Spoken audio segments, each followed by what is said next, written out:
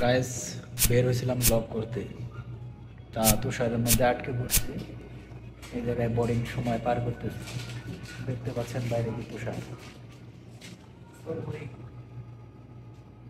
ব্লগের 12টা বেজে গেছে, একদম অবস্থা খুবই খারাপ। গাইস, দেখতে পাচ্ছেন কি পরিমাণে তুষার পড়তেছে, স্নো পড়তেছে প্রচুর পরিমাণে। এখন বাহিরে যাওয়া খুবই রিস্ক, তাই আমরা ভিতর থেকেই ভিডিও করে আপনাদেরকে দেখাচ্ছি যে তুষারের ঝড়ের মতো ধরতে গেলে বাহিরে কিন্তু প্রচুর বাতাস হচ্ছে, এটা ভিতরে থেকে বোঝা যাইতেছে না। আপনার বাহিরে প্রচুর বাতাস, হাড় কাঁপানো শীত।